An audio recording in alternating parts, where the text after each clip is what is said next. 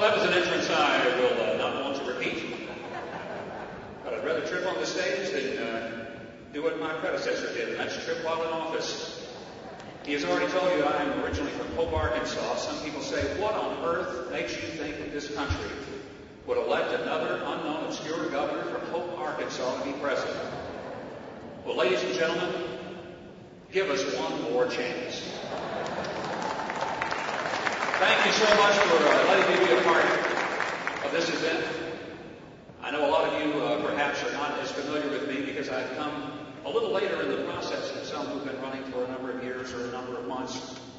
But I'm in this race, and one of the reasons that I think it's important for you to get to know me and me to get to know you. Certainly every person who's going to come and stand here, of course, this day is going to tell you we're all conservatives. Nobody running for the Republican nomination for president is going to say that he's anything but a conservative. And that's good news because it means that our party is still a conservative party, and we're not about to elect anyone who's not a true conservative. And that's a good thing for America and a good thing for the Republican Party because we did not lose the elections in 2006 because we were too conservative. We lost them because we didn't act like we really were. And that's why we have to go back to what's important to us. I may be a little later getting into the process of running, but let me tell you what I'm not late about. I'm not a latecomer when it comes to understanding that life begins at conception and that this country has an obligation to protect its unborn citizens and then to continue to protect them even past the gestation period. That's what true pro-life position means. I'm not late when I tell you that I understand that marriage means one thing, a relationship for life between one man and one woman, and that's why in my state I led us to pass a constitutional amendment to affirm the definition of marriage. I'm not late when it comes to understanding the value and the importance of the Second Amendment, and that's why I've proudly been one who not only understands what it's for, but why it's just as important as the First Amendment or any other of the amendments to our Constitution to keep our freedom truly free. I'm not a latecomer when it comes to supporting the Bush tax cuts. I supported them when he first proposed them, and I still support them today because it's the right thing to do, not to tax people when they're alive and then tax them again when they can't even do anything about it because we tax them when they're dead. Ladies and gentlemen, we need to keep them from it to stimulate our economy.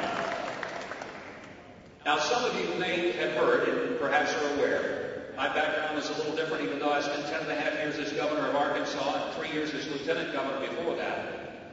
I was a Baptist pastor in Arkansas and president of the Arkansas Baptist State Convention. A lot of Baptists in South Carolina. I've had some reporters say, do you think all the Baptists are going to be active in your campaign? I said, you bet they are. Half of them will be active for me, and the other half will be active against me, just like it was at church. A reporter asked me yesterday, said, are you tough enough to be president? I said, brother, have you ever been to a business meeting in a Baptist church on Wednesday night? We've got to be tough because we're in a war on terror. The Islamic jihadists have one goal, and let us never forget it. They do not want to make peace. They're not after détente. They're after the destruction of every last one of us who sit in this room and every other person in America today. There is a war going on. It is a world war with the Islamic jihadists. These are people who are not fighting over a piece of property. They are fighting over a theology that has led them to believe that their God wants them to kill every last one of us and destroy us from the face of the earth. And when I hear people in Congress say, look, we've already lost the war, I refuse to accept that we have because somebody forgot to tell those brave soldiers over in Iraq who are fighting and dying every day. The truth is we have but one goal in the war on terror, and that's to win that war. And when I'm president, let me tell you, we're not going to listen to a bunch of guys in silk suits and ties. We're going to listen to some soldiers with metal on their chest and who have blood and mud on their boots. And if we've made any big mistake, it's that we didn't let our military generals do the job that they told us they wanted to get done. It's better to do it right than to do it over. Let's do it right. While I'm president, I'll do the same thing on our borders that the airports do to me now. When I get to Little Rock and get on an airplane, I can tell you every time I go, every time I get there, I have to show photo ID. I have to go through several layers of security. I have to put my shoes in a little plastic bucket. I have to stand there and let them check me out to make sure I'm not threatening anybody. And they know who I am. They all call me my name. Now tell me, if we can't secure our airports, why we can't secure our borders and make sure that before people come through, they've got to tell us who they are. They don't carry a political disease or a criminal background. And when I'm president, one of the things I want to make sure of is that guys who get to be 50 years old and lose their job in the manufacturing plant aren't told just tough it out and hope to do the best you can. Because I'm one of those guys who's over the age of 50. I too am looking for a job, and I don't want to be told that my job's been shipped to China any more than you want to be told your job's been shipped to China. Ladies and gentlemen, let's stop the unfair trade, because free trade has to be fair. If it isn't fair, it isn't free. We've got today an almost $800 billion trade deficit in the world, and that's an unacceptable trade deficit that we've got to start changing. When I'm president, I want to do the same thing in taxes that I did in Arkansas, and that's cut 94 of them as governor.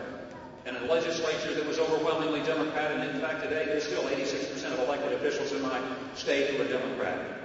Being a Republican in Arkansas, I was only the fourth Republican elected to a statewide office in 150 years. To be a Republican in my state's a lot like being a fire hydrant in a neighborhood full of dogs, if you get the picture. I know what it's like to work against the majority. But one thing I'm hopeful for, give me the opportunity to articulate our message to America. And we not only will elect a Republican president, but I believe we'll get the Congress back, and we'll send Harry Reid and Nancy Pelosi back to where they belong, the minority party status. Let's make our tax system something we can live with rather than something we die by every April.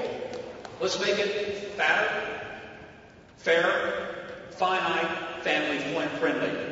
We need a flat tax, not the kind of fat tax that we currently are dealing with now. And ladies and gentlemen, when I'm president, I will work with Congress to see if we can get the American people behind a tax system that doesn't take 10 accountants and 6 attorneys to fill out the forms every April 15th.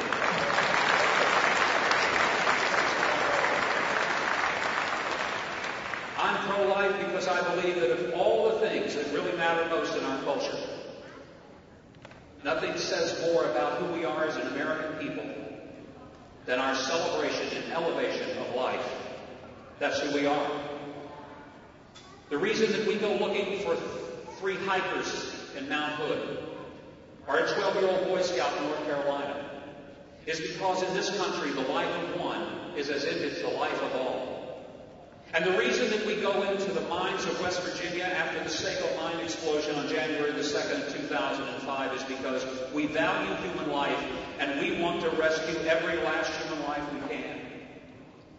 That's the difference between us and the culture of death with the Islamic fascists who would strap a bomb to the belly of their own child and march him into a room of innocent people and set the detonator and blow him up and celebrate his death for having killed innocent people.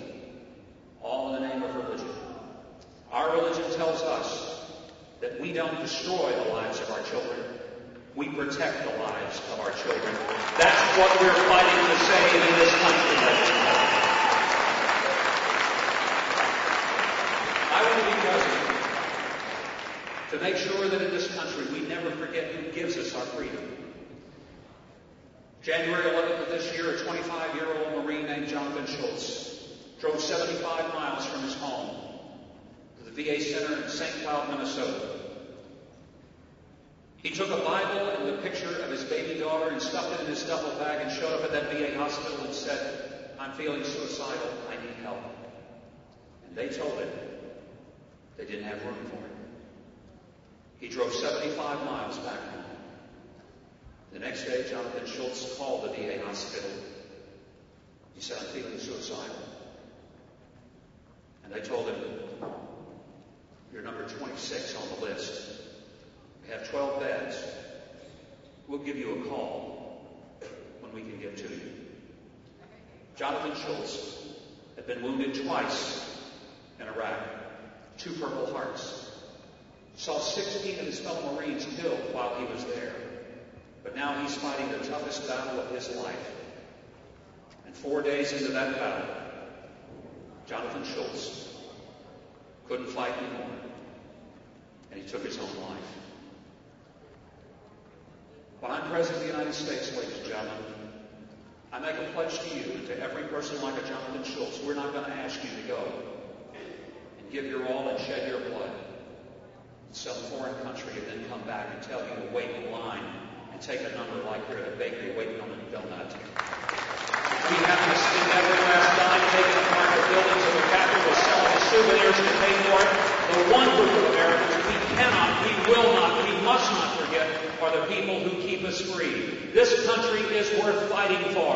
You're here today fighting for it, and I'm going to be fighting with you for it. Thank you for letting me be here. God bless you. God bless this great United States of America.